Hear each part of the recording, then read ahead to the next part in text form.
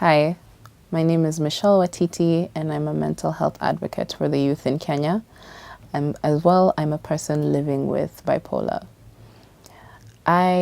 Was diagnosed with bipolar when I was 19, and although it's something that I'm always going to have and it's never going to leave me, it's something that doesn't define who I am. I'm a daughter before I'm bipolar. I'm a sister before I'm bipolar. I'm a girlfriend sometimes before I'm bipolar. Bipolar is something that I have, not something that has me.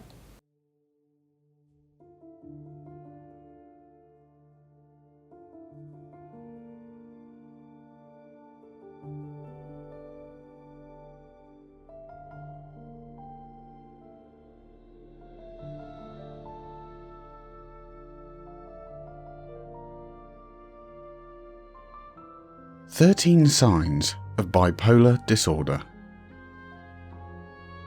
I'm unbelievably happy today. I feel irritated for no reason. I'm euphoric to the extent I don't know what to do. I can't stop my thoughts from racing. These are the thoughts a person with bipolar disorder usually goes through. Bipolar personality disorder is a brain disorder that causes dramatic shifts in your mood. You'll experience unusual changes in your energy levels, ranging from very high to very low. It's almost like you're way too happy or way too sad. This instability prevents you from having a regular life. Around 3% of the population experiences bipolar disorder every year. Over 4% during their lifetime. 80% of cases are classed as severe. It is very important to seek treatment because if left untreated, it can have a devastating impact on your life, both personally and professionally. This is why identifying signs of this disorder are crucial. You need good treatment. And what's the biggest telltale sign of bipolar disorder? Being in a good mood. Sounds unbelievable, right? How does that work? Well, bipolar disorder can put you in an unusually good mood. You're happy to the extent that it prevents you from carrying on with your day-to-day activities. But that's the extreme happy stage, called bipolar mania. You could also be extremely happy, yet somehow carry on with your everyday activities. This is the hypomania stage. Several people with bipolar disorder remain in the hypomania stage throughout their lifetime. Some people might shift from hypomania to the mania stage. When somebody has hypomania, they tend to be in a great mood for a long time. Your revved up state of mind would affect your behavior, thoughts, and mood. This is a symptom of bipolar disorder type 2. Some people consider hypomania to be an upside of bipolar disorder. You can be in a high energy state for a long period. If you have bipolar disorder, you may actually end up enjoying this part of the condition as it puts you in an exuberant state. Let's take a closer look at what a hypomanic episode actually looks like. So the other thing that we see in this mood disorder, bipolar illness, is that there's another episode called a hypomanic episode, which is really just a mild or less severe episode of the mania. So in a hypomanic episode, you can see that this is the same. They have the abnormal, elevated, expansive or irritable mood only going on for 4 days instead of 7. They still need to have 3 or more of these criteria, and most people have most of them. But here, their mood disturbance is not sufficiently severe to impair their ability to work or to function socially, nor is it severe enough to require hospital, nor is it severe enough that they have psychotic features. What do you do to elevate your mood when you're sad or upset? Share your preferences with the Bestie community in the comments below. Another sign of bipolar disorder is the inability to complete tasks. If you're bipolar, you might find it difficult to complete a task you've been given. While in a hypomanic situation, you've started projects with excitement. But once that phase is over, you may not be able to concentrate anymore or get distracted by something else. Those with bipolar disorder get distracted very easily. If your house is filled with projects that are only partially finished, it could be a symptom of the condition. For those who suffer with bipolar disorder, the condition has an impact on their love life too. While some may be sexual, there are others who completely avoid getting intimate altogether. A good number of people with bipolar disorder tend to have a very complicated emotional state. While hypomania is a cheerful state, the downside of the condition is depression. You'd find it hard to sleep and lack proper appetite. Unfortunately, regular antidepressants may not be enough to help with the condition. The antidepressants could even end up increasing the frequency of their cycle and worsen the condition. Here's a closer look at bipolar depression. So to start with, let me just tell you a little bit about depression. I have one slide just to remind everybody what depression is, because this is a huge part of the bipolar disorder spectrum. It's not, as I said, the thing that distinguishes it from the other mood disorders, but it's a huge part of the bipolar patient's problems. So in order for us to make a depression diagnosis, people have to meet the criteria that you can see on the slide. So you must have at least 5 of these points on the slide, and out of the 5 that you have, you must include either the first or the second point, and then out of that you must have enough of these others to make up 9. So a typical depressed person with a depressive disease is somebody that has a pervasively sad mood and seems to have lost the ability to enjoy themselves.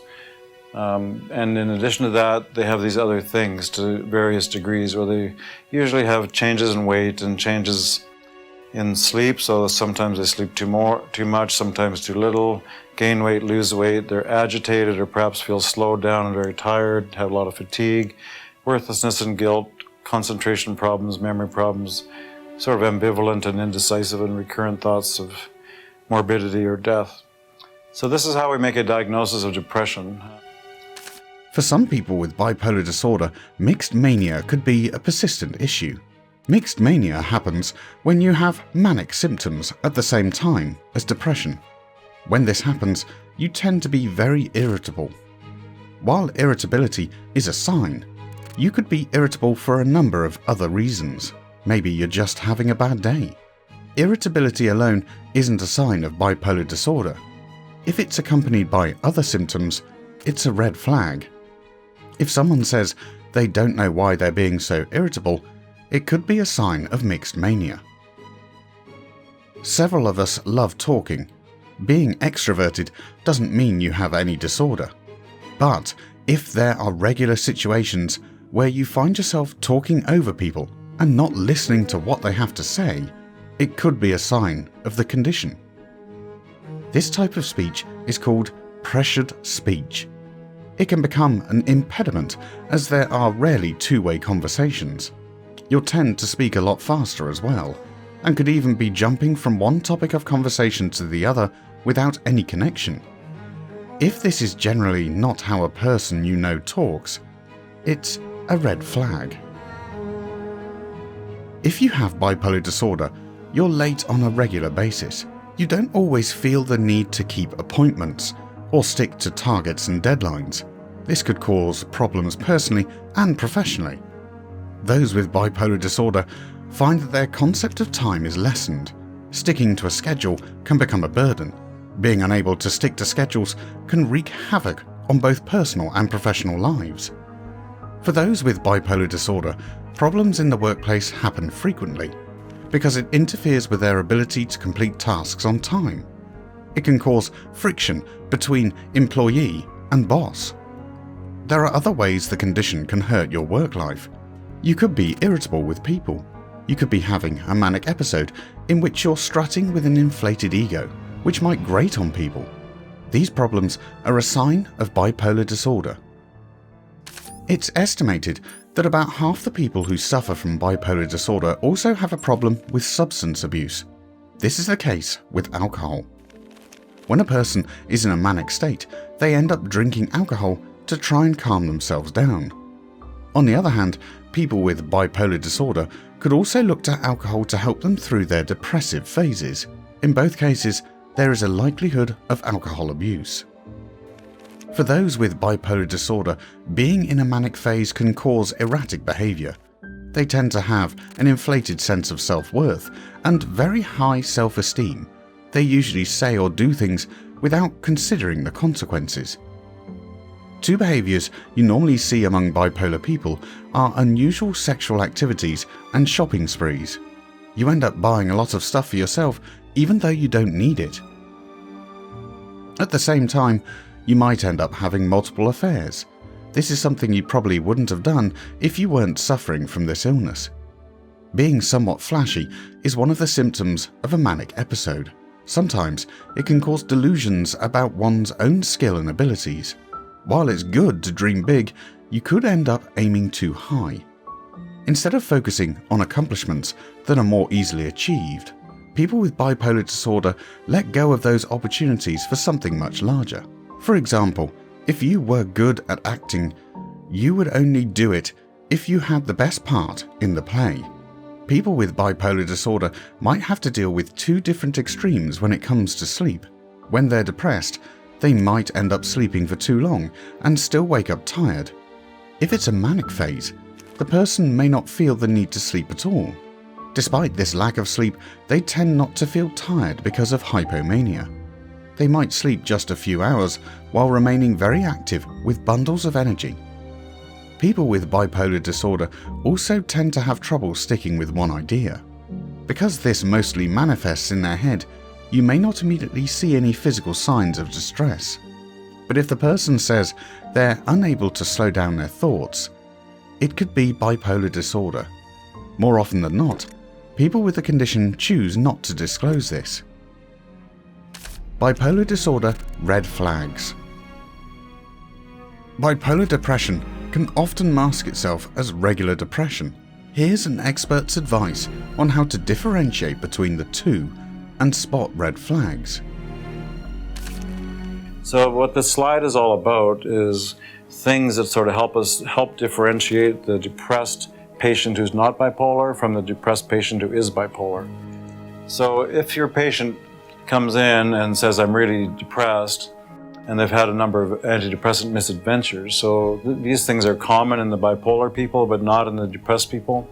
So you put somebody on antidepressants and all of a sudden they get more energetic and a little bit giggly and don't sleep for a while. You know, that kind of thing would clue you into there's a really good chance that this is a bipolar person you're talking about. The more people they have as first-degree relatives in their family increases the risk enormously. It's the most important risk factor that people can have. So if you see a 25-year-old fellow who's depressed and he tells you that he has 3 first-degree relatives with bipolar disorder, his risk of being bipolar versus being just depressed is somewhere between 10 and 20% greater than otherwise. So this is a very important thing. These are pretty important. We see them quite a bit. This hyperthermic personality, I don't personally put a lot of stock on that. It just sort of means those very energetic people that are always running around. They say that that type of personality, the super energized, always happy, very, very positive person is more likely to be bipolar than unipolar if they come into your office when they're depressed. When people have very short episodes of depression, that's more likely to be bipolar. So when you look at what are the characteristics of a depressive illness in a bipolar patient compared to a non-bipolar patient, often their episodes are short. So sometimes for me, I'll get a referral from a family doctor saying, please see my patient, she's terribly, terribly depressed. And then I'll see her in 6 weeks or something and she's all better. You know, and that's not common, but it is pretty common with bipolar patients. So when you see these short episodes, it helps you think about the bipolar illness. So when you see a patient, if you're called to the obstetrical ward to see a young girl who's psychotic after delivering a baby, the chances that she is bipolar versus just having a kind of a psychotic depression isn't bipolar is much greater. There's a huge risk.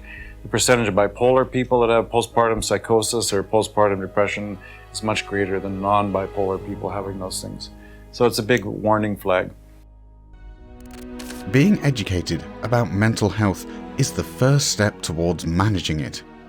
Bipolar disorder can be very intense to deal with, but with the right treatment and therapy, it can be managed.